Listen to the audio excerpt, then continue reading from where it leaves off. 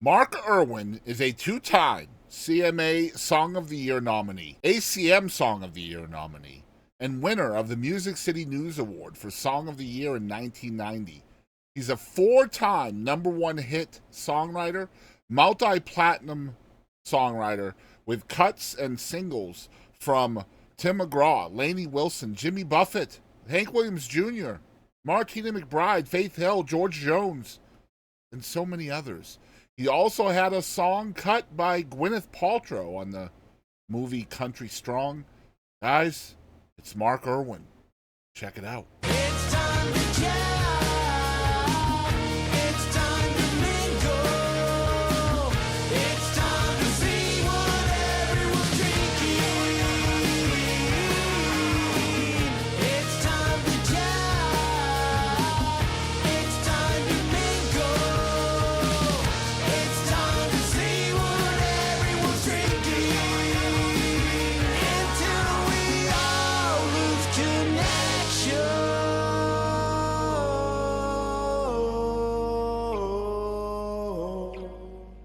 Hey, it's Bernie Nelson, and thanks for tuning into the Boston Chris Show. All right, guys. Hey, we are here with episode number 55 with my friend Mark Irwin, who is in the Nashville area now, but also from the Northeast, like myself. But we are bitter enemies. So he's from New York, and I am originally, obviously, from Boston. And so he's a Jets fan and a Yankees fan, and I'm a Red Sox and a Patriots fan. So this should go well. And To me, come on, it's all about the game. I've many days. Some of my best friends and I are wearing Yankees and Boston hats. well, as long as you're an intelligent fan, then I'm cool with it. But like, just I don't know. There's unintelligent, ignorant fans on both sides of the rivalry. Sure. You know what I Sure. mean? Ignorance it sucks in sports. I feel, but Not just in baseball. My daughter went to a Predators game on Saturday, mhm. and she got accosted by the opposing team, a fan of the opposing team, because she was wearing a Predators. Yeah, that's jersey. not I'm like, cool at all. It's not Yeah. cool at all. And yeah, I've had that happen too. The year after the Red Sox won the series for the first time in '05, we went to some baseball games here in Arlington, and man, they were hateful on us.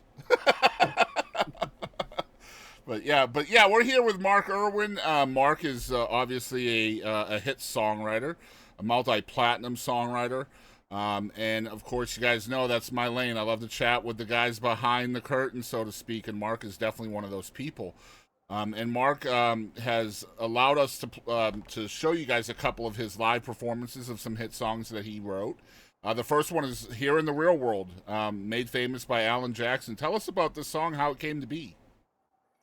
Well, let me see. When I moved to town, I moved to Nashville in like '87, Yeah. and I was lucky enough in my first week, I got a job at the Bluebird Cafe. Wow. It was a little different place then than it is now. And while working there, I met other writers, and they were giving you everybody talked to each other about what publishers are looking for writers and blah blah blah. Anyway, so through a friend's reference, I ended up at a publishing meeting with a company called 1010 Music, and 1010 was a new upstart company with two young folks from Australia, Barry and Jewel Coburn, and not only were they doing publishing, they were doing management as well. So we were talking about my songs, but they were also managing Alan, young Alan Jackson around that time, and they just put us together to write. He said, you guys should write sometime, and we finally got around to doing it. And that first day we got together, we wrote two songs. We wrote Here in the Real World, and we wrote a song called Till I Was Loved by You that was eventually recorded by Shelley Wright. So That was a good day. God, I love Shelley Wright. That was a great song too, Mark. Man, I love her so much. Thanks. Yeah. She was a great artist. I wish I could chat with her too, man. She is such a pioneer, in my opinion. I love the fact that you're from the Northeast, and like some of the most country songs I have ever heard have come from your pen. Thank you. Thanks. And we're definitely I just going love it. I don't know where it comes from, but people don't realize when I left New Jersey, before I left, I was playing in a country cover band, and we were playing 5 nights a week at 5 different clubs, like up and down the Jersey Shore. It was a big country music scene, at least back then, Wow. in New Jersey and Virginia and all that, all around the East Coast. There was a big country music, thing going on. Yeah, it's funny because like just this week alone, I've chatted with obviously you. I had Robert Ellis Oral on the show recently. He's from Massachusetts. Yeah. I've had Joe Doyle on the show. He's from Rhode Island. So like all of these Love Joe. amazing countries storytellers came from the Northeast. So don't sleep on us Yankee guys, you guys, when it comes to country music. I'm excited to show a version of Here in the Real World that you guys may not have heard or seen before by the actual songwriter of the song. Here it is, y'all. Check it out.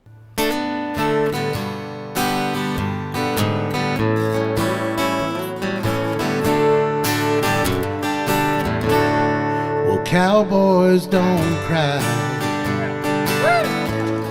and heroes don't die. Good always wins, again and again. Love is a sweet dream that always comes true. Oh, if life were like the movies, I'd never be blue. But here in the real world, it's not that easy at all. 'Cause when hearts get broken, it's real tears that fall. And darling, it's sad but true, how the one thing I've learned from you is how the boy don't always get the girl here in the real world.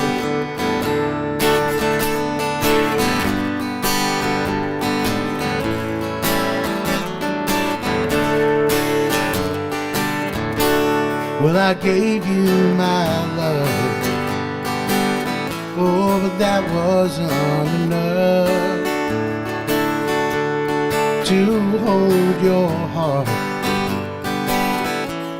when times got rough. But tonight on that silver screen, oh, it'll end like it should. Two lovers will make it through, like I hoped we would. But here in the real world, it's not that easy at all. When hearts get broken, it's real tears that fall.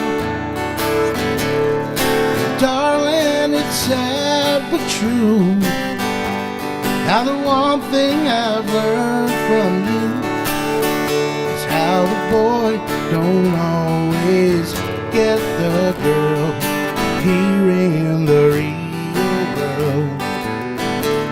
No, the boy don't always get the girl here in the real world.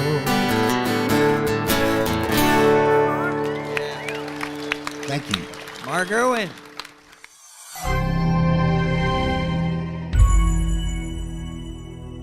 All right, so we're back. It's episode 55 with my buddy Mark Irwin. We're going to kind of pick his brain today and see what makes him tick. A little bit of a candid, in-depth conversation that we're known for here on the show. And Mark, I appreciate your time, man. I know this was a thanks for reschedule, having and me. I'm glad it worked out. Me too. All right, so you grew up in the Bronx, of all places. Yeah. But before we get into your kind of your upbringing, I have to ask a little bit of an icebreaker question. What are your favorite drinks right now? My favorite drinks? Yeah, whether As it's far as alcoholic or alcohol? either one is fine. Yeah. Actually, Topo Chico. Plain Topo Chico. It's kind of become, I really don't drink anymore. I just Right. kind of lost my taste for it somewhere along the line, you know. I mean, I might sit over a beer, but really, I like, carbonated water, and Topo Chico, you know, I guess the fact that I couldn't find it very often and every store didn't carry it made it more of like a desire for me. Oh, I got to have it. Yeah. So I'd say that's my latest infatuation, cold drink wise. Yeah, there's a beer called Shock Top. I don't know if you're familiar with it. I'm not much of a beer drinker, but I think I have that effect with Shock Top. It's just so hard to find that when I do, I kind of freak out and I have to have it. Yeah. And then when I have it in my fridge, it sits there forever because I don't want to drink it because I don't know if I'll find it again. You know what I mean? You know, and I know it's silly getting excited, but you know, as we get older, it's these little victories that matter. Yeah. So like I've had a 6-pack of Shock Top. I've got 4 left. I bought those bitches in like June of last year. So they're almost like a celebration drink for me now, right? Like, you know, I did have an athletic non-alcoholic beer. It's called Athletic. Okay. That was really good. That was really good. Nice. So yeah, growing up in the Bronx, what was that like as a young kid, and what was it? Yeah. Yeah, it was great. I mean, I had a bunch of friends, and as we got older, me and a couple other friends kind of like splintered off, and we got into music, and we started playing guitar, and it was really beneficial to have somebody come up with you and like somebody to bounce off of and hang out with and talk music and play guitars. My good friend Tommy Melfi. And as we got into guitars, as we got older, we got into the rock side of things, obviously. And I kind of started going to Grateful Dead concerts. I really loved their playing and their jamming back in the day. Yeah. But I also started to really pay attention to the Southern California sound, the Eagles, Laurel Canyon stuff, Linda Ronstadt. And as I started listening to Linda Ronstadt, you know, I couldn't help notice this great voice behind her singing harmony. So back then with albums, we had liner notes. Yeah. And I started the name Emmylou Harris. So I went out and bought an Emmylou Harris album, and Elite Hotel. And I put that album on, and I've been a country music fan ever since. It's so funny, man. Like the liner note stories when it comes to songwriters, man, it's so apparent with everybody I talk to. Like, really the deep dive into the music, right? And then you end up being that liner note person yourself on cuts, you know? Between the players, the writers, I mean, you know, I meet young writers today that we get together with and write every now and then, and their enthusiasm is, you know, bubbling over, but they don't have a lot of sense of history over who did what and, you know, who wrote what. And, you know, there's been a lot of times writing appointments just turned into more like country music classes. Oh, you got to hear this. This was written by Don Schlitz. Oh, you don't know Don Schlitz? You got to hear this, you know. That's right. And today, if you're smart enough, you can utilize the internet in that way and just, you know, like do, like if I find an artist I really like, I'll put that artist into Google and I'll say, you know, artist similar to so-and-so. And then like the internet will spit out a bunch, especially like if you put the words indie in there too. Like I don't want mainstream a lot of times, right? So like I love the indie scene. So I try to show love to the indie artists as much as I can. You know, it's really funny too. I mean, I know we're not talking business yet, but I think the pandemic really turned the internet into a whole new tool for people discovering music. A lot like radio kind of did. I think people went down a lot of rabbit holes and discovered music they might not have discovered by conventional radio or streaming. Yeah, which is a pro and con kind of thing, right? Because it also kind of created oversaturation, and you know, people are producing records, air quotes, in their bathrooms and their garages, and putting them out once a week, putting out songs once a week. Right, exactly. You know, just it's on Spotify. That makes me legitimate. You know, it's kind of, it's like I don't know, man. So yeah, it's hard to weed through all of that. Where I think back in the day, before the advent of social media and the internet, I think there were, you know, A&R people and song pluggers and producers, and all of those people did all the weeding for us, right? Like, right, yeah. So now we have. I'm sorry, I just meant getting back to that. You know, when I started playing guitars with friends, I started like listening to songwriters, and I started pretending that I could write songs. And I started going down to open mics in the Greenwich Village, open mic, you know, nights and stuff. And everybody kept telling me, boy, you see, you know, I didn't even realize I was writing country songs, but that's kind of the response I was getting. And so like when I was like 21, I had nothing but a Ford Escort and about $1,200 in the bank, and I just drove down to Nashville and never looked back. And what year was that? 87? 87. That's great stuff, man. So, like, you're growing up in New York. What are some of your first musical memories that you remember growing up?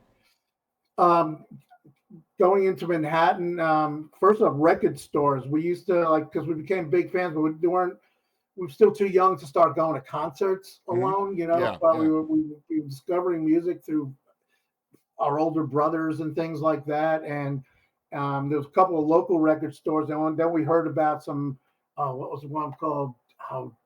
Jimmy something Music World down in Times Square. I forget what it was called, but you know, my friends and I used to get on a train and go into Manhattan and pop in these great kind of world famous music stores, you know, between Midtown and the Village.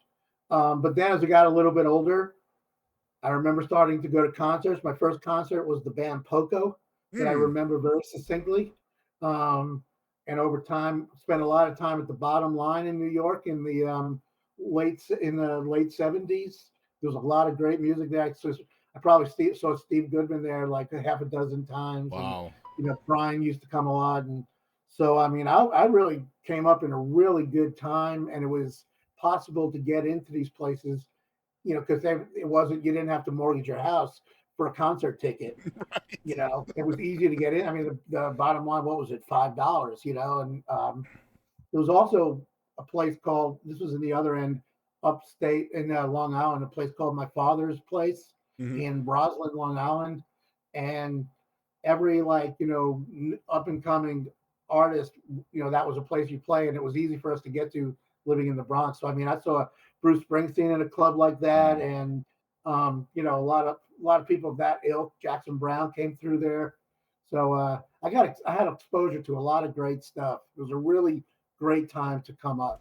And it's kind of hard to be exposed to what you ended up being known for, country music, in a place where really only the most notable artists in that genre are going to come through a city like Boston or New York, right? Like you might. But in New York, but some of them started coming in through the Bottom Line in New York. I mean, because we had a radio station, WHN. It was an AM country radio station in the 70s. And so, like, I kind of started hearing people like Ricky Skaggs and even Randy Travis, I guess. And I remember going to see Ricky Skaggs at the Bottom Line while I was still living up in New York. And that was the first time seeing a band with a fiddle and a banjo playing as well as electric guitars. And it just blew me away. What's his name? Oh, shoot, man, I'm having a brain freeze. Bill Monroe and his band and Doc Watson, they played the Bottom Line a lot. So I got exposed to the bluegrass side of things as well. That's good stuff, man, because, like, it's always cool to see where an artist and a songwriter came from musically, and just what their upbringing was. What was family life like for you as a youngster? I had an older brother, and my dad was a former piano player. He came from the jazz world. Actually, when he was younger, he took piano lessons from Thelonious Monk. Wow. He said he did it for about a month. He got like 4 lessons, and then I don't know what happened. But so he played. So growing up, as I started getting into music, and, you know, through the Grateful Dead, I kind of discovered some jazz artists too. So that was a real bond for me and him. And then I got to turn him on to some things. I remember, God, I remember Kenny Loggins and Messina put out a live album. So they jammed some of their songs. And I remember him really liking it. I played it for him, and he really loved that. So, I mean, we had music in common, my dad. I mean, my mom was great, but she liked watching TV and talking with her friends. So how much did your dad kind of help you blossom your love for music? We talked about it a lot, especially as I got older. You know, a lot of guys and their dads, they grow up talking baseball and stuff like that. But my dad and I talked a lot of music. He taught me a lot about the older jazz folks, Coltrane, and those kind of, you know, Bird, you know, because he had a great record collection. And then I started teaching him about some of the bands that I was being exposed to, the jam bands who kind of like looked up to these jazz players, you know? So, yeah. And my dad played piano, and I took some piano lessons, and for whatever reason, I did not mesh with the piano. So I just thought I was going to be a music lover. And then after meeting my friend Tommy in high school, and he had a guitar, and once I started going hanging out in his place, and he would play a little bit. I just fell in love with the guitar, and it kind of happened organically. So you picked that up pretty quick? I'll let you. It's been over 50 years, but I'll let you know. You still haven't picked it up all the way, huh? It's still coming. No, it's still coming along. Yeah. But yeah. I mean, once it happened, I was like obsessed. Mm-hmm. What I was all about. You know what I mean? Yeah, I probably was over Tommy's house because he didn't have his father worked nights and he didn't have any siblings.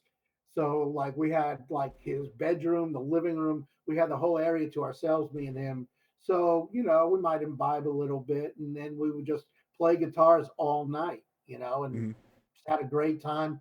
I still play things that he taught me that because I was more on the songwriter side of things. So I was pretty much strumming chords and singing, and he wanted to be that really great musician.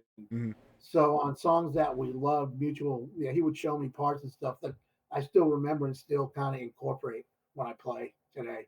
Every once in a while, that's a Tommy riff. Nice. It's good to have that foundation, right?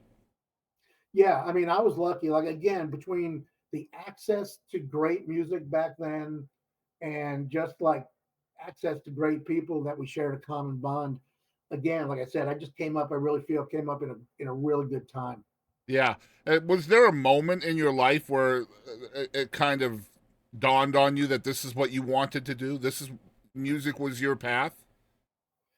I don't know if there was a specific single like epiphany kind of thing, but I just remember once I got going, you know, I've never thought of turning back. You know, I talk to people a lot. I've been in Nashville over 30 years, and maybe one or two others that I remember from when I first got here are still here for whatever reason.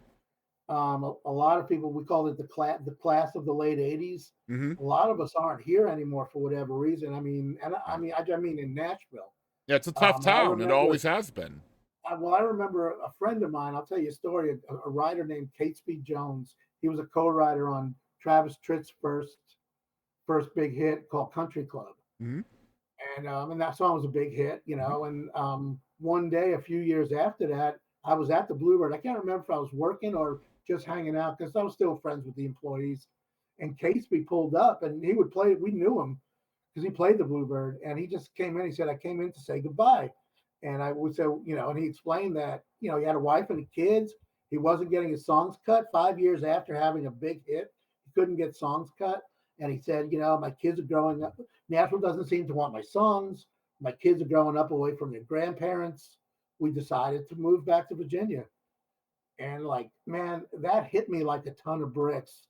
How tough it must be when, as hard as it is to leave your home to go come here, to go seek out a dream wherever, the day you realize, well, this shit's over and I'm gonna go, I'm giving up. Mm-hmm. Man, that must be tough. That must be hard. And I've never, fortunately, I've been lucky. I just never had that, never had that moment. Well, you know, songwriting's great.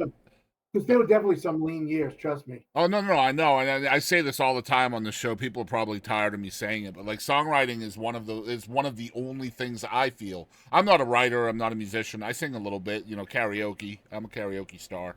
But I feel like songwriting is one of those things that's it's just almost unfair in a way because once you have success with it, you can't replicate that success by doing the same thing again. You can't write the same song over and over again. Right.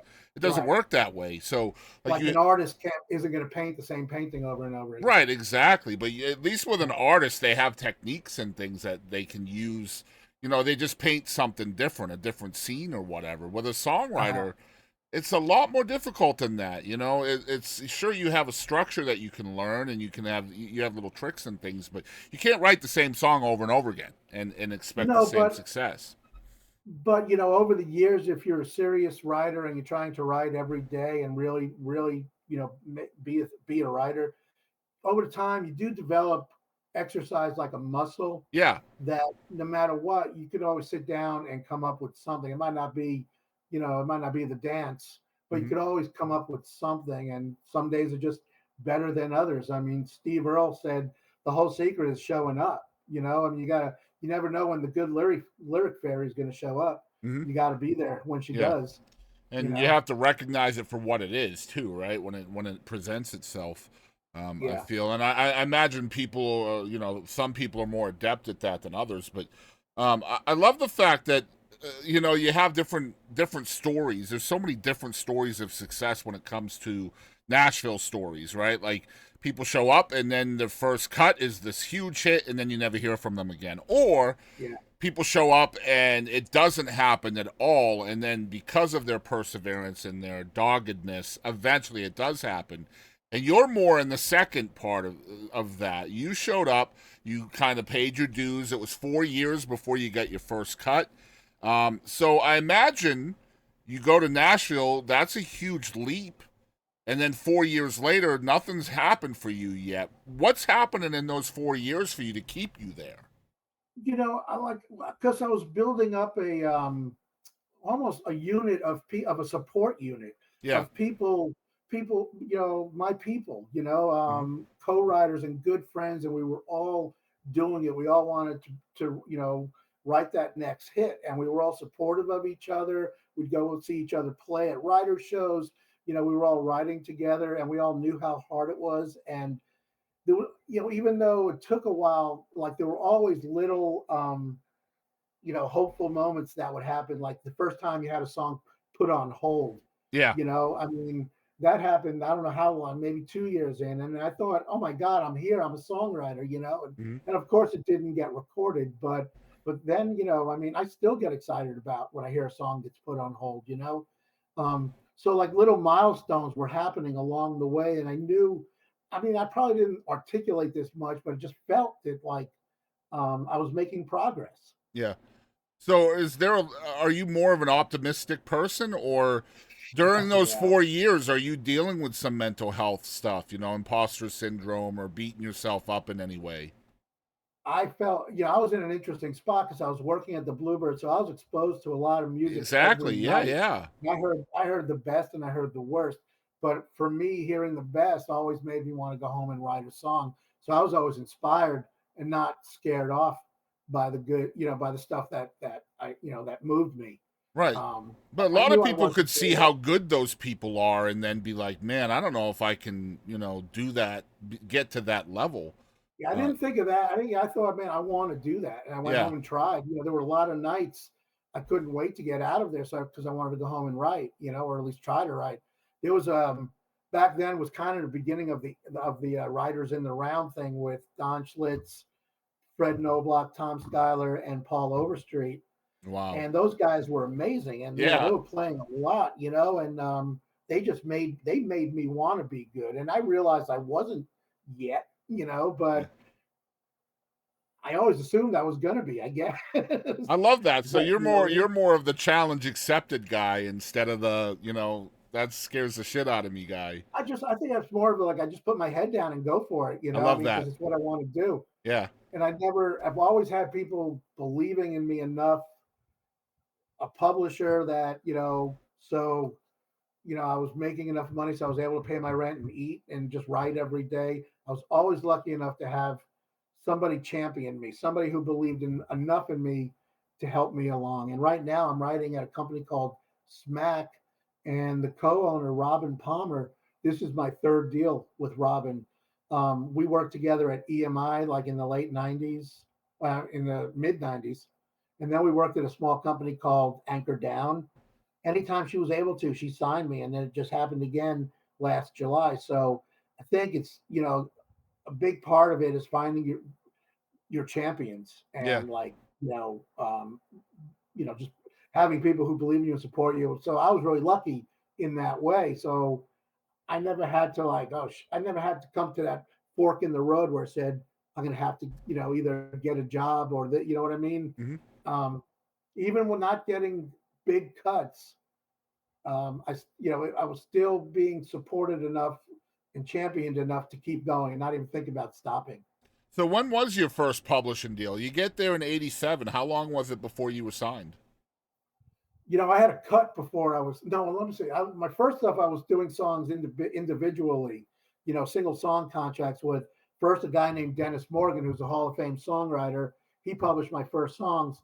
and he published my first cut. But I wasn't getting a draw or anything like that. I was just bringing songs and the ones he'd like. He goes, "Yeah, I'll pitch this." Okay. And my first cut was a Christmas song recorded by Randy Travis. I was just gonna say, "Meet Me Under the Mistletoe." Yeah, and he pitched that. But like he wasn't, because he wasn't a full-fledged publisher yet. He wasn't in a position to give me a job with a draw and to get me out of the bar business. So from him, I moved on, and I was lucky enough to meet the people at 1010, and I still was never really fully signed. I was always working at the Bluebird until Here in the Real World hit. And then after that, I was able to like walk into pretty much any publisher I wanted, and everybody was willing to work with me. So Here in the Real World was done basically independently, outside of a publishing deal? I had a publisher on that song, but like a single song contract on that song with 1010, but I wasn't signed as a writer. Right. So you weren't doing like the cubicle writing yet, basically. Not yet. I was still working in the evening, supporting myself. Right. And then it was after Real World. I got an offer from EMI, Robin Palmer, and a woman named Celia Frolig. And that was a great time, because albums were selling, thanks to people like Alan Jackson or Clint Black or Randy Travis, and then Garth Brooks. Albums were selling really well, country music. And even if you weren't getting the singles, if you were getting songs on those albums, you were still making a good living. Yeah. You mentioned earlier when you were still in New York, living with or hanging out with your buddy who wanted to be more of an artist. You wanted to be more of a writer. So now that you're in Nashville, when you're writing early on, are you writing for yourself or are you writing with other people in mind all the time? I never came into town thinking I was going to be the artist. I was always, I knew of the Tin Pan Alley days, and I knew that in some relation was kind of what Nashville was. I came to town wanting to get songs recorded by Ricky Skaggs. I loved Ricky back then when he was doing his mainstream country thing. Yeah. And people like Lee Greenwood and, people like that back in the day. And then it turned into people like Alan Jackson and Garth Brooks and people like that. But no, I always came in wanting to be a songwriter and not the artist. Did you ever have specific artists in mind before you were signed when you were writing? I don't know. We were just sitting down trying to write. I guess back then I assumed if it was good for one person, it would be good for any of them. A hit was a hit, Right. And we were just trying to write the best songs we could. But as I've gotten more into writing for a publisher, I know what you mean by we call it target writing. Yep. Tim McGraw's cutting in a month, man. Let's sit down, let's write a couple of songs, try to get us a Tim McGraw cut. Yeah. But back then we weren't thinking about it quite like that. Maybe because it was naive and not very sophisticated when it came to the business or how the business worked. Do you feel like that kind of writing is harder for a songwriter, that target writing? It is for me. And I'll tell you the truth, half the times I have one artist in mind, it's not that artist who records the song, if the song gets recorded at all. I've heard that from multiple songwriters, and more often than not. I was lucky twice, and they were big. I'm not shrugging it off. Josh Kier and Andrew Dorff and I, we got together. We knew that Blake Shelton was cutting soon. Andrew had this idea, neon light at the end of the tunnel. Mm-hmm. And when we wrote it, we definitely were thinking Blake and nothing but the Blake. Yeah. And a week later, it was on hold. And a week after that, he cut it. The stars aligned on that like they don't happen very often. I just want to say great writer Andrew Dorff, and rest in peace. What a great writer. And just a wonderful guy. Yeah, very underrated writer, I feel, in my opinion, and I wish more people knew about Andrew Dorff. I'm glad when he passed away, the world was robbed of the great songs he was going to write. Absolutely, I could not say it any better than that. People always ask me what my favorite song that I've written is, and as much as a piece of art, there's a song called "Friend of a Friend" that Tim McGraw recorded that I wrote with Andrew and Josh, and it's just really, to me, it shows Andrew's lyric writing at its best. Mm-hmm. And I was so thrilled to be a part of that. What I find so serendipitous about Andrew Dorff too, it's so funny and ironic in a way. He was such a great lyrical writer, and his dad was the absolute opposite of that. His dad is like one of the most melodic writers in the history of music, and It's so ironic that his son ended up being such a lyrical genius, in my opinion. But yeah, the Dorff 100%. family is ridiculous, man. But yeah, so the first cut's a Christmas song. Is that a letdown, or are you like, wow, man, Randy Travis? No, because Randy was the big thing. He was the thing at the time. Right. He was the guy. Yeah. No, I was thrilled. I mean, oh my God, no, I was thrilled. I was so excited about it. Let me tell you, the people, Amy Curlin originally owned the Bluebird. Now it's owned by NSAI. Mm-hmm. But I mean, I couldn't shut up about it. And I was still working there. And she went out, and when the album came out, she got the album matted and framed for me. Wow. And she her and everybody was wearing, they presented it to me like it was a big award, which it was. Yeah. And she said, "Now would you just shut up about it?" I'll never forget that. What's the motivation to write a Christmas song? Well, actually, it's funny you say that. Now you got me thinking on it. That was one of the rare times as an unsigned young writer, we did hear that people were looking for Christmas songs.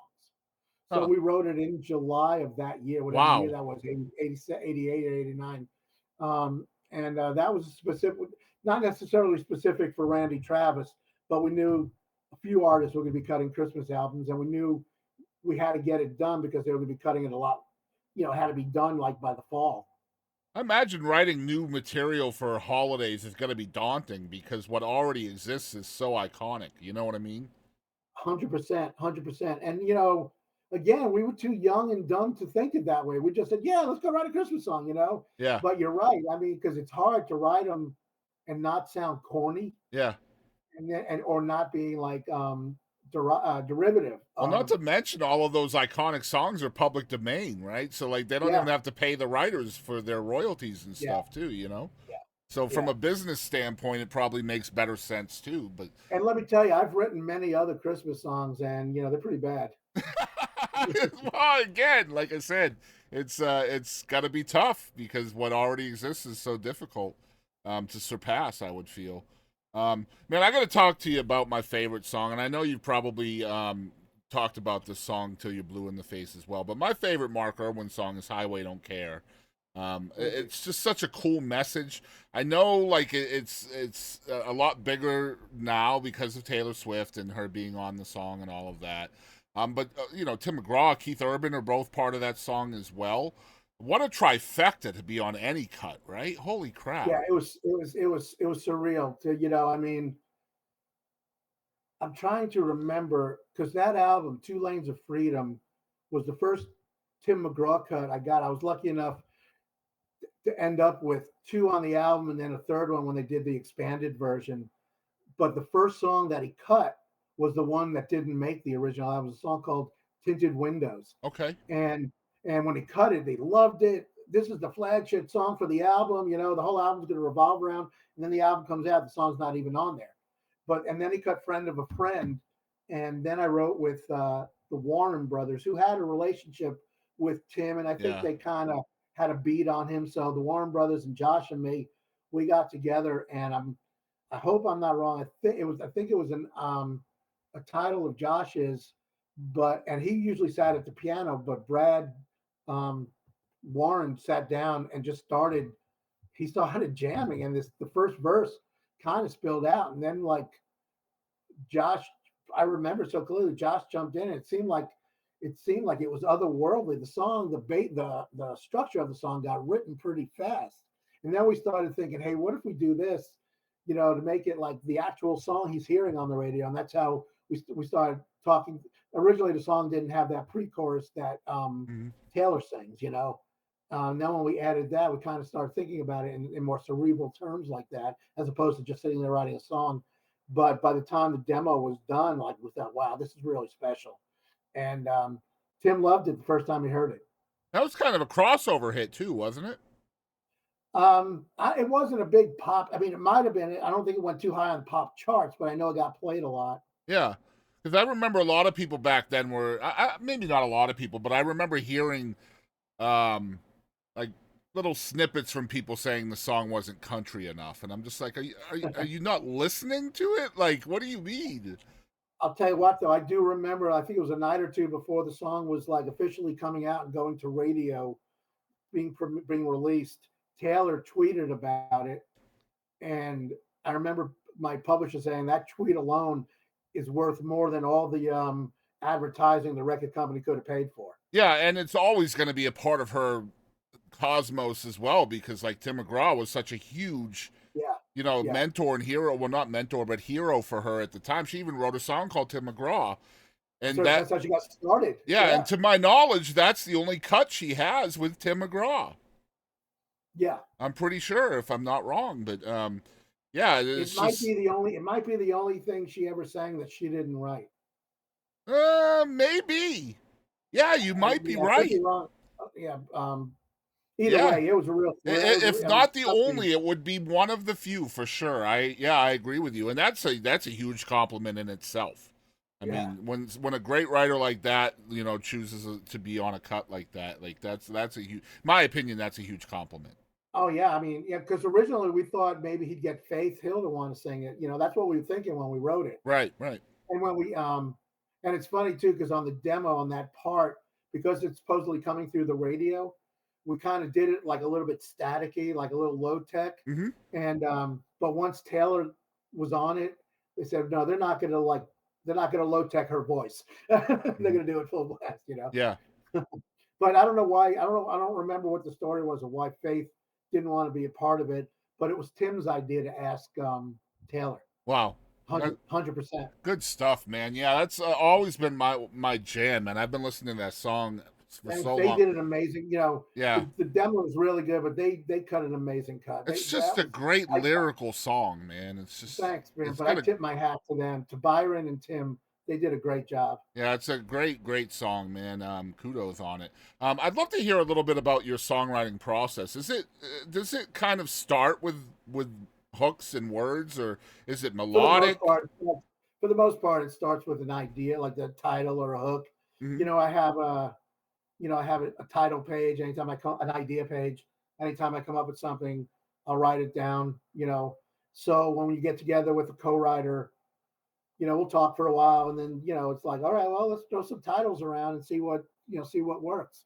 Mm-hmm. And so it's usually from that list we're both. And when somebody says something, a title that catches my attention, it can happen a couple of different ways, like the writing. But a lot of times the idea, the actual lyric, whatever the idea is, once you pick up your guitar, it kind of comes with a musical idea, at least for me. So I think it starts from a lyrical place, but the lyric itself in my head seems to kind of inform musically what it's going to be. Okay. So you're hearing a title or a lyric, and then you're kind of adding the cadence to it after that. Yeah, I don't usually start a song like it's a stream of consciousness kind of thing, or start writing a verse and hey, we'll see where it leads and and we'll figure it out. It's usually let's have the idea first. A lot of it, I think the longest part of the day, once you know what you want to write, what's title you agree you want, is the talking about it. Yeah. And then when the actual writing starts, after doing it for 30 years, most days it kind of comes kind of quick. Yeah. It's like the longest part is talking it out. A lot of, I have a lot of steady co-writers, I feel comfortable, talking. Yeah, and that trust has got to be important too, I imagine, right? Yeah. On both sides of that. Well, and that's what I tell a lot of people. You really do have to learn to trust your co-writer. If you're in the room with somebody, apparently you respect them enough of what it is that they do, so you got to trust them, and Mm-hmm.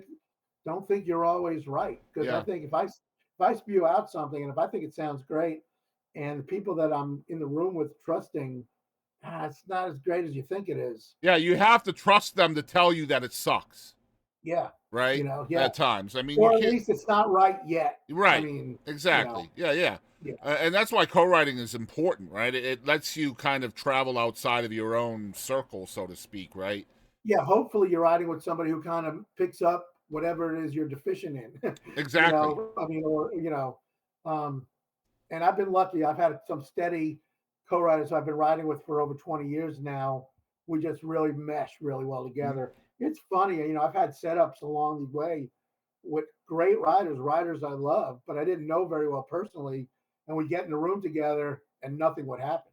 it's like you never know, call it chemistry or whatever, Yeah. but you never know if two writers are going to mesh. Are you able to kind of self-identify what you're deficient in and then take that knowledge and seek out the people that you know aren't deficient in that? Yeah, if I had to say one thing, it would probably, for modern country music, where melody really matters a lot more than I give it credit for. If anything, I think melody is my weakness, is my weak point. Uh-huh. So I'm always, I always say, hey man, don't let me start it because I'm just going to make it sound like an old bluegrass song. So how much maturation did you need to get to that point? I think in the last 5 years, I'm realizing that hey, something, maybe maybe lay my guitar. Don't pick your guitar first thing and don't be the driving force musically, because I'm still wanting to rewrite songs from the 70s and the 60s Of course, that I loved and stuff. Right. These guys that I'm with have a really good grip on more modern melody writing. So, and again, it comes with trusting them and knowing who they are. And so one thing I love about you too is there's a lot of songwriters out there that are either, very, very successful as a solo writer, and they don't let anybody in, right? There's a lot of folks like that. And then there's a lot of other folks that just don't go anywhere as a solo writer, but are great, great writers when they're in the room with someone else. You have had success in both of those. Yeah, but I mean, I consider myself a co-writer more than a writer, but I try to challenge myself to turn in one song a month that I wrote by myself, that I write by myself. Yeah. And one of them right now is on hold for somebody that I'm really excited about, because if that would get cut, a song I wrote by myself, that would just, for lack of a better word, that would be my, just make me feel, yeah, okay, I'm a songwriter. Yeah. Well, validation. That's the word. I think it's great that you're 38 years in Nashville at this point. This is your 38th year, and you still don't consider yourself a songwriter. And with all of the success that you've had, believe me, that's a good thing, because that means you're not resting. You're still chasing the carrot, so to speak. I still know I got to. I still know. I mean, as lucky I've been. Real world has been pretty defining. Yeah. And I'm proud of that, and I'm really proud of that. But I still think there's something else that I got to offer, and every day I try to find it. Yeah, and when that's not there anymore, that's when it's time to hang them up. You know what I mean? I'm 65, and last year the publishing company I was writing for shut down. It was really dramatic. It was really sudden. Nobody knew it was coming, and I didn't know for a second. I didn't know what I wanted to do, and my wife, she asked me if I wanted to retire. And when I heard that word retire, it's like, retire from what? From playing the guitar, from trying to write a great song. So once I thought of that, articulated it like that, I went out and got another publishing deal. Yeah. I was lucky. I called up Robin, and like one thing led to another. That's great stuff, man. You have a lot of, I feel like you're one of those people that should have a lot of insight over the changes of Nashville over the course of time. And man, Nashville is one of those beasts that is always evolving, right? And so you've been there since the late 80s. Like I said, 38 years. How do you think Nashville has changed as somebody who's been in that scene for so long, from then until now? As far as the business, music related, how have the songs changed? Well, business-wise, it seems like, it seemed like back then everybody wanted to everybody was rooting for everybody. And, back then you could take a song to an A&R person at a record label, and if they didn't hear the song for one of their acts on their label, they would bring it to another one. Hey, this might be great for one of you guys, I don't think that happens anymore. I think like little loops have kind of shut in, and everybody's kind of in their own little world, and it's so hard to get something happening. Instead of trying to bring people in, they're trying to keep people out. Is what it feels like the business in a lot of ways has become. Mm-hmm. And I don't mean to, when I say that out loud, oh, that sounds really bad. But I mean, no, it's true though. It's true, and I think it just makes you work really harder. And that's what I said before. I mean, I think a big part of it is finding your people. And like I'm at SMAC now, and the people there are just like so open and so supportive of everybody. I'm in a really lucky spot to keep. And I think what we talked about earlier about the oversaturation of the market has a real big impact on what you're talking about, because like when you bring a song now to an A&R person, they're going to keep that song in their pocketbook. They don't want anybody else to see it. Right. They don't want you to play it live. They don't want you to experiment it on crowds. Like, no, I'm keeping this just in case it's something I want to use for one of our acts. And so, like, sharing the song with another artist is going to cost somebody their job, possibly, nowadays. Right, yeah. You And know? I'm not saying this with cynicism either, but like a publisher, if a lot of time now, a publisher kind of has become, instead of a guy who's trying to help you get your songs recorded, they've kind of become your team of, like, Yeah. if you're an artist, to find people for you to write with and find you a producer.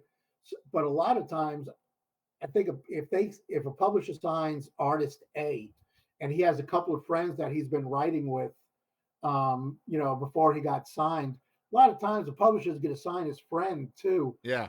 Even if they're not up to par with another writer who's looking for a deal. And again, that's just business. They want to own a bigger piece of the song that artist A is going to be recording. Well, back in the day, how often did you, when you had your own publishing deal, how often were you writing with, like, co-writing with people that were signed to somebody else? Was that happening? Yeah. Oh, yeah. And Yeah.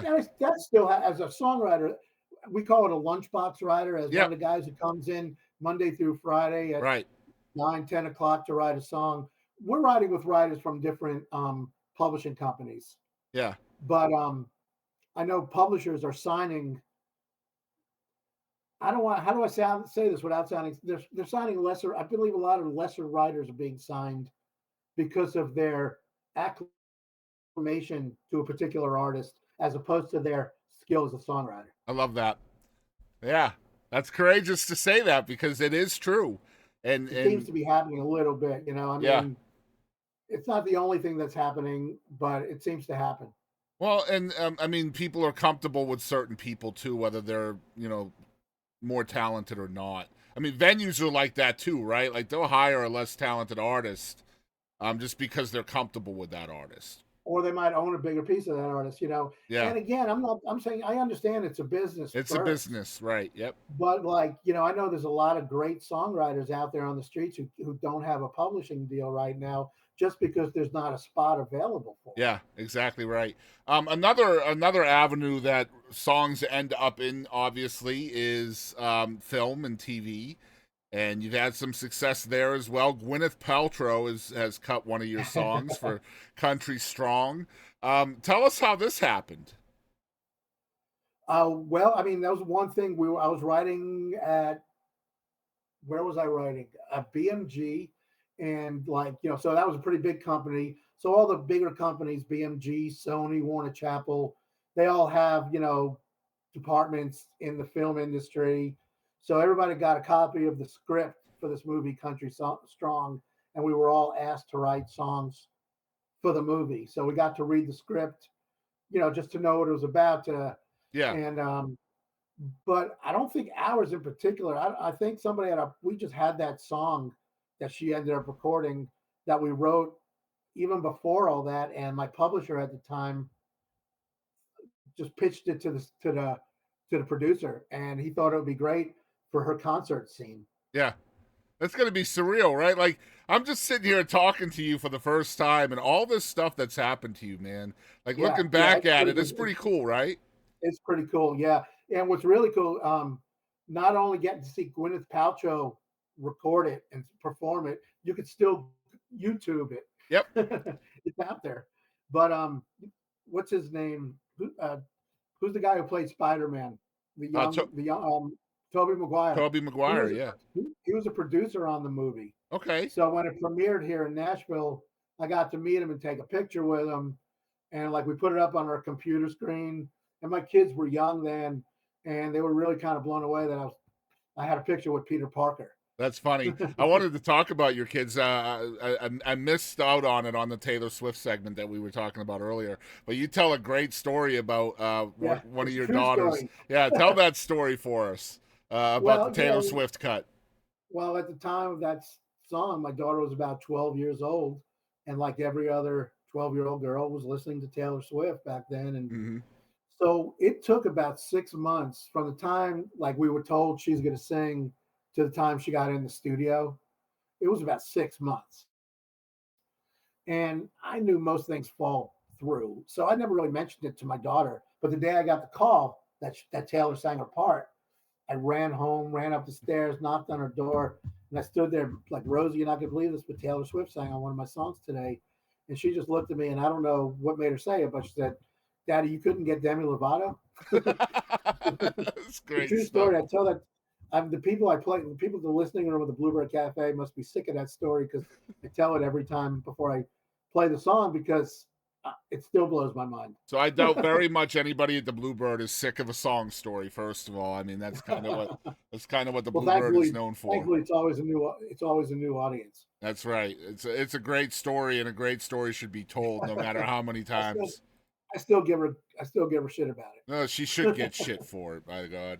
But at the same time, her dad should be still chasing that Demi Lovato cut. Yeah, sign me up. Exactly right. So last thing I want to talk about before we get into our more fun segments is mentoring and kind of helping younger songwriters.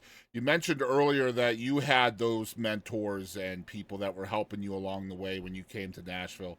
So having read about you, having heard some of your interviews over the years, I also know how important it is to you to mentor and pass it forward, so to speak, to younger folks than you. I want to hear you talk a little bit about that and how much time you spend, really focusing on that and why it's important to you. Well, time-wise, there's high tide and low tide as far as getting involved, but I've met over the year, especially I'd say again, probably since the pandemic or maybe a little bit before, but I've met some young folks who are so passionately in love with country music in particular. And I mean classic country music. A lot of these young writers, you brought up Highway, but a lot of these young guys, they know, besides here in the real world, they want to talk about another song I had recorded by Alan Jackson called A Little Bit Bluer Than That. Mm-hmm. It was on his Drive CD. Yep. And it's pretty country. And I mean, the number of young songwriters who've come up to me about that song, I keep asking my wife, are we sure this wasn't a hit? Because a lot of people know that song. And it's just really inspiring to me. I'm one case in particular. I started going down to St. Augustine to play the St. Augustine Songwriters Festival. And I met a young local guy there, a songwriter named Davis Luce. At the time I met him, he was probably 18. But his love for music and his knowledge of music, of the same music that I loved, it felt like I was talking to a kindred spirit, like in the first 5 minutes. And, and I just wanted to embrace this guy and say, hey, anything I can do, I want to make your ride to Nashville, your ride as a songwriter as easy as possible. I remember on a TV show, I heard someone say, I'm a fountain, drink of me. And I just wanted, I guess I don't want to see him make some mistakes that I might've made along the way. Mm-hmm. So when I get a kid like him, or there's a couple of others now that I talk to, and their love of songwriting and country music songwriting in general, to me, it's so real. It's inspiring. And I don't know, it makes me feel I want to spend more of my time with these kids because they're so passionate than some of my peers who are some of my best friends, dearest friends, but maybe not, the passion quite isn't there like it used to be. Yeah. You know what I mean? I'm not jaded, but just a little bit tired. And these kids, their passion for the music makes me feel like one of them. I mean, it keeps it fresh, right? It keeps it fresh for you. Well, it keeps it fresh, and it keeps that fire lit. Yeah. Anytime that fire feels like it's about to go out. Today I wrote with a young guy. His name is Braden Jameson. He's an artist. He's a great young country artist, and he released a song that we wrote a couple of months back, and we wrote one today. And it's just a great country song. And I know and it's for him, hopefully to record at some point. And I know I wouldn't have written that song if I got together with another veteran songwriter like myself, sitting down trying to write the next Morgan Wallen hit or the next, you know what I mean? We would have been a little bit more calculating, but this thing came from such an organic place of just wanting a certain particular kind of country song. And it was just so much fun. And I just loved what we came up with. So, I mean, I realize because I'm the older veteran and I'm talking to some of these younger writers, it might appear like a mentor-mentee kind of situation, but it's really like I'm feeling like they're my peers. Yeah. Because they keep me excited and feeling passionate about it. Yeah, and that's a validation point for them. I hope you know that. Well, thanks. Yeah, Thanks. And they're pretty, they're pretty quick to say it too. They're very sweet and very respectful. But I'm not doing it to blow my ego. I'm doing it because I understand. Yeah, it's where I feel like I belong. It's necessary because if it hadn't happened for you, you wouldn't have been able to do it for others. So, and I'm glad I have that connection with some folks. And and I'm meeting people every day. I'm having coffee with young writers every other day. Letting them ask whatever questions they might have. Mm-hmm. But I have a couple of other friends also. Hit songwriters. Two guys in particular, a guy named Marty Dodson and Clay Mills. Love them. They are teachers. Yep. They have Songtown USA for the folks out there. Yeah, Songtown. Yep. And and I occasionally I'll do something for them, but I don't feel like I have the soul of a teacher like they do. I'm just a music lover as much as some of these other people that I deal with. I'm putting it together right now, and I'd love to get it out that any student, I don't care how old you are or what, if your heart lies within this kind of domain of the sound, playing, any of that, I'm gonna start taking one day out of every couple of weeks and invite students in for a very small charge. And I will tell you whatever you want. Any question you got, I'll try to answer it. Well, I will certainly put that out there. I'll make this a little ad for you, and we can share it everywhere. They'll have full access to the studio, everything. I can tell them everything about how all of this started from analog into the digital world, and you'll be able to have hands-on. And I'll show you why analog sounds better than digital. Amazing. Yeah, I'll cut this out. I'll make a little ad out of it, and we can share it everywhere. That's awesome. Absolutely. Because I'd love to do it. That's my legacy, is to leave with.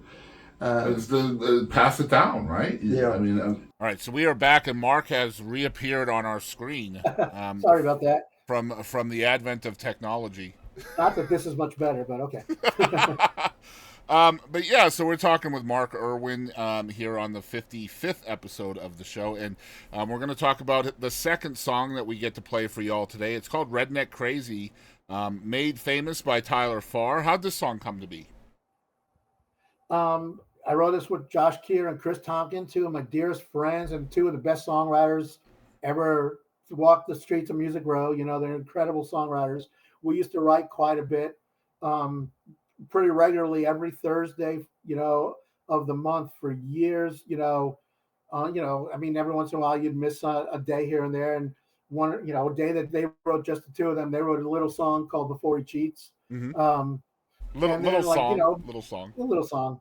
And then a few months after that, we were writing, and Chris, I believe it was Chris, had the title Redneck Crazy. And at first we were trying to write it like a party song, like woo, let's get redneck crazy, and up tempo drinking with your buddy kind of song. It was not working at all.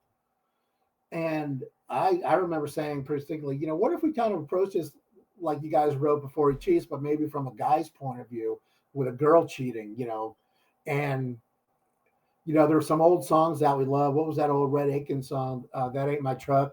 Mm-hmm. Remember, I don't know if you remember that song. I do, yeah. We had these kind of songs in mind, and we kind of wrote it from that angle, and we ended up with what we got from that angle.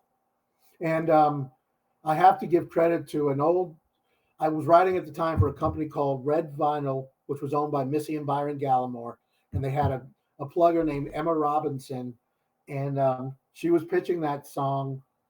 She was out at some event, and she got to spend time with Lee Bryce.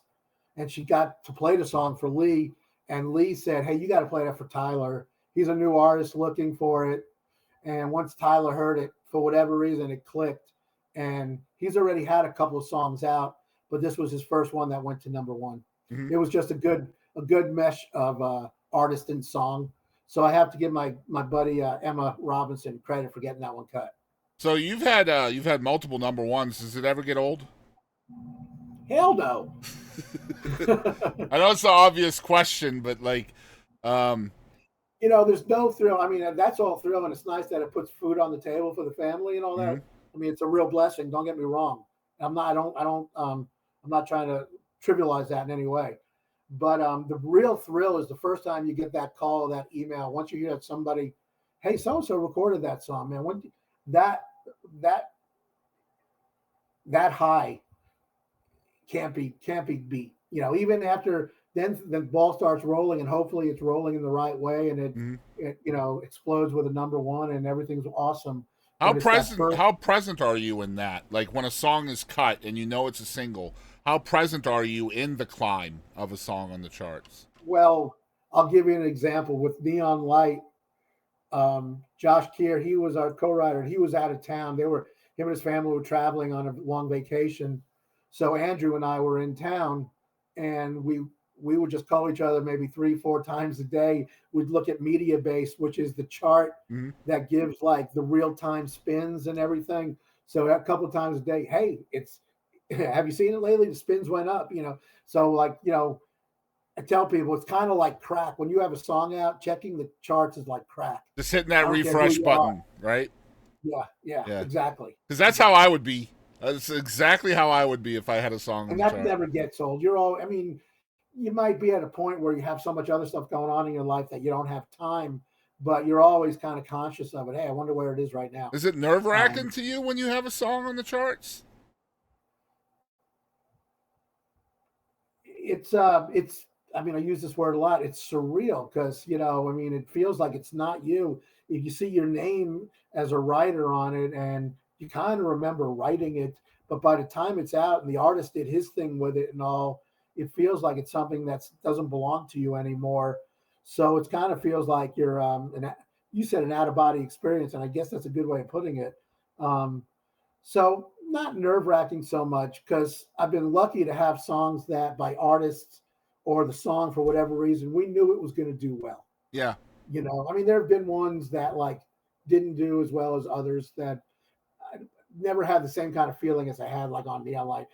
Having a tempo Blake Shelton hit at the apex of his career, you knew it was going to do something. You know what I Right. mean? Yeah. Having Taylor Swift and Tim McGraw on the song, you knew it was going to do something. So Yeah. it wasn't a question of how high is it going to get. It was when's it going to get to number one. Well, like Tyler Farr would be a little bit of a different thing, though, right? Because that's a new artist, Yeah, so you that don't was really the know one- how that's going to perform. Yeah, but for some reason it kind of took off. It built up steam every day. And when at the time, remember that show Duck Dynasty? Yes. That show was popular at the time. And when Tyler did a video for the song, one of the characters, Willie, the guy with the headband from Duck Dynasty, he was in the video. And I really think that helped the song.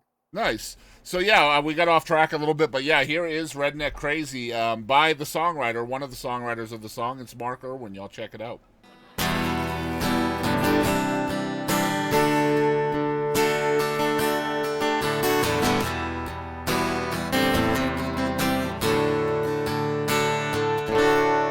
I'm gonna drive like hell through your neighborhood.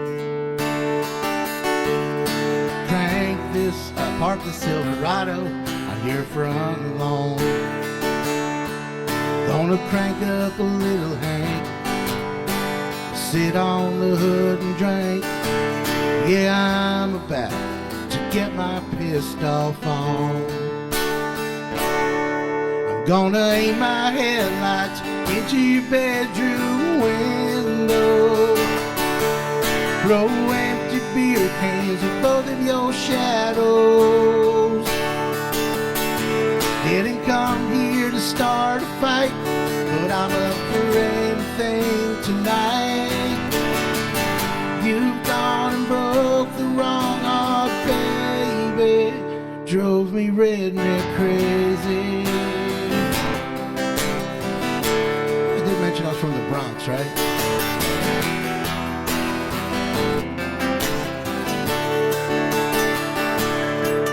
Well, I wish I knew how long it's been going on. Yeah, how long you've been getting some on the side. can't amount to much. Looking at his little truck, yeah, I guess he won't be getting any sleep tonight. I'm gonna aim my headlights into your bedroom window, throw empty beer cans at both of your shadows. Didn't come here to start a fight, but I'm up for anything tonight. Well, you've gone and broke the wrong heart, baby. You drove me redneck crazy.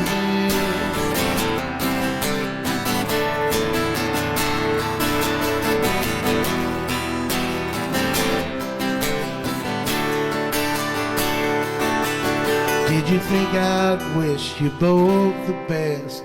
Endless love and happiness. Well, you know that's just not the kind of man I am. I'm the kind that shows up at your house at 3 a.m. And don't you feel sorry for this guy? I mean, you know, he's definitely worth studying. I'm gonna aim my headlights into your bedroom window, throw empty beer cans at both of your shadows. Didn't come here to start a fight, but I'm up for anything tonight. Well, you've gone and broke the wrong heart, baby.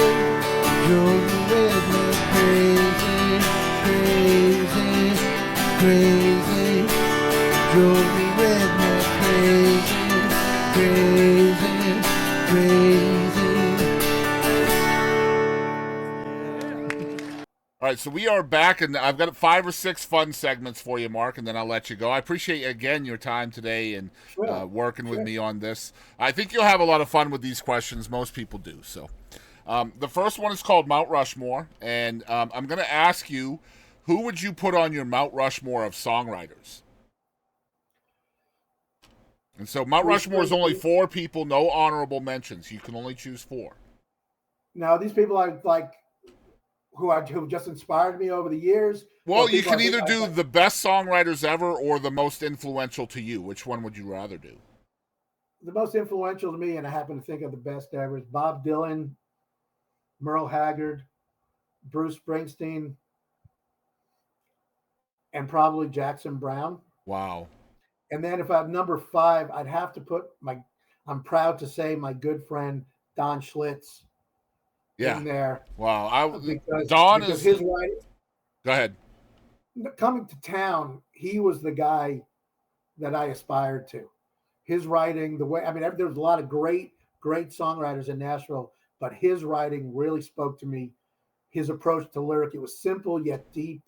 He just had a way with words that really, I don't know, I felt like it was really inspiring. But those guys, those are the ones I came up on, and that's my Mount Rushmore. I love Don Schlitz. I have not had the opportunity to interview him yet, so if you want to put a bird in his ear, by God, I'll let you. All right. I would love to chat with Don. Yeah, he's golly, what a great writer. All right, next one. That was Mount Rushmore, most influential songwriters to Mark Irwin. The next one is called What the Heck?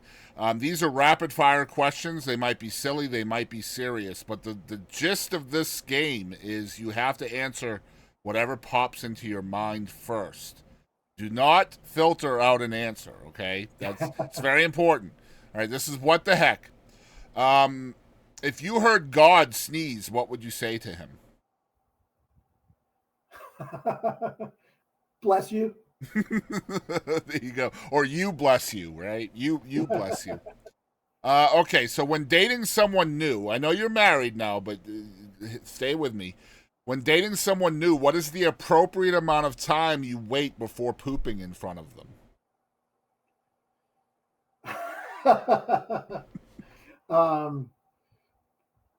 A couple of months. Couple months, okay. Does location matter, like her place, your place? No, because when you gotta go, you gotta go. But there's times I've cut evenings short. Completely agree with you. Yeah, I gotta go. Sorry. Yeah. All right, what do you think cats dream about? Cats dream about smacking dogs because I have a cat that every time he walks by my sleeping dog, she'll go bop. She'll bop him on the head. So Okay, they'll think about go ahead. smacking dogs. Smacking dogs. All right, number 4. Have you ever dropped your phone on your face while scrolling the internet in bed? Say it again. Have you Oh, ever? have I got the phone in my face? No, I haven't. Lucky you. That's unfair. All right. All right. So number 5. Would you rather have to read everything aloud? Or I'm sorry. Let me say that again. Would you rather have to read aloud everything that you read, or sing everything you have to say aloud? Saying everything I had to say aloud. That would be fun. All right. Yes, Last one. Have you ever tripped on stage during a performance? And if you did, how did you play it off as cool? I did happen, and I looked at the audience and said, "What? You don't think I'm drunk?" All right, perfect. I've yet to interview somebody who has not tripped on stage. Really? Yeah, this is an epidemic, I think. And also the zipper down. Oh, That's happened. That's happened once or twice. yeah, that's rough. That was before my stomach, lapped over my. Yeah, the Dunlap. That's what my dad used to the call a Dunlap Dunlap. thing, yeah. Yep. Yeah. Or a dinky do. He called it a dinky do too. And I'd say, "What the hell is a dinky do?" And he'd say, "My stomach sticks out more than my dinky do." I'm gonna try to forget that. Yeah, right. Oh my god, my dad was a trip. All right, so that was what the heck. All right, next one's called One Artist. Who is one artist you wish the entire world knew about? Lowell George. Okay. Well, he was the lead singer and writer for Little Feat, and I think they don't get the credit they deserve as one of the greatest bands of all time. Nice, very cool. All right, next one is called Wishlist. This will be interesting because just because of how successful you've been as a writer. So Wishlist is essentially a goal-oriented response, right? So like what do you wish you could do? Whether it's like somebody you could co-write with, maybe a venue you've never played at, or an artist to cut one of your songs. Just something you wish would happen for you. Well, in the last couple of years since the pandemic, I mean, I've been out playing writer shows and writer festivals more and more than I ever used to, and I'm really enjoying it. And I'm really proud of a lot of the songs I'm playing because you have to play, the hit songs, and I love being able to do that. But every once in a while, to me, it's like I want to go out and do it because I want to play a song that nobody's heard yet and see how it feels in front of an audience. And I just really like it. It feels like I'm finally scratching an itch I always had and I never did by going, like last year I put out my own little CD after 30 years, and it felt just more like I was kind of scratching a creative itch. But anyway, getting back to your question, I'd love to do a show in front of some of my heroes, like locally, like Don, Kevin Welch was another writer. I don't know if you know him. A couple of the others localized, but also do a show in front of Bob Dylan, Bruce Springsteen, and people like that, Jackson Brown. That would be killer. So let them hear me. Yeah, doing a show in front of your Mount Rushmore, that would be dope. Yeah. Yeah, that'd be really cool. Yeah. All right, next one is called Personal Best. So as a fan of yours, somebody who consumes your music for years, my definition of personal best for Mark Irwin could be any number of number one hits you've had, or stuff like that, multi-platinum songwriter, all of that. But what do you think is your personal best accomplishment? And it doesn't have to be music related. Well, I mean, I don't want it to sound corny, but my family, my kids, my wife and I, I came to town young, and I hooked up with, it was all really self-focused on me and my career. And then I hooked up with a good friend of mine who got a record deal, late 90s, early 2000s. And for 2 years, like not that I'm a union class musician, but I went out as his guitar player when he did his radio tour. He was the first, his name was Jameson Clark. He was the first guy that Mike Dungan signed when he started working at Capitol Records. and we got a big bus that's capital supplied, or we flew around. And for 2 years, we lived like rock stars. So by the time I was ready to like start winding down and have a life outside of my music career, I was already like late 30s, early 40s. So I got married a little bit late. My wife is 15 years younger than me. Her mom is 15 years older. I say I could have gone either way. Mm-hmm. But and you know, over the years she's had her own health issues. So we never really thought about having kids ourselves, but the time came when we really felt like we were missing that in our lives, and we ended up adopting 2 kids. And it is, you know, the best thing I've ever done. You know, I don't want this to sound like I'm trying to, but we needed them as much as they needed us.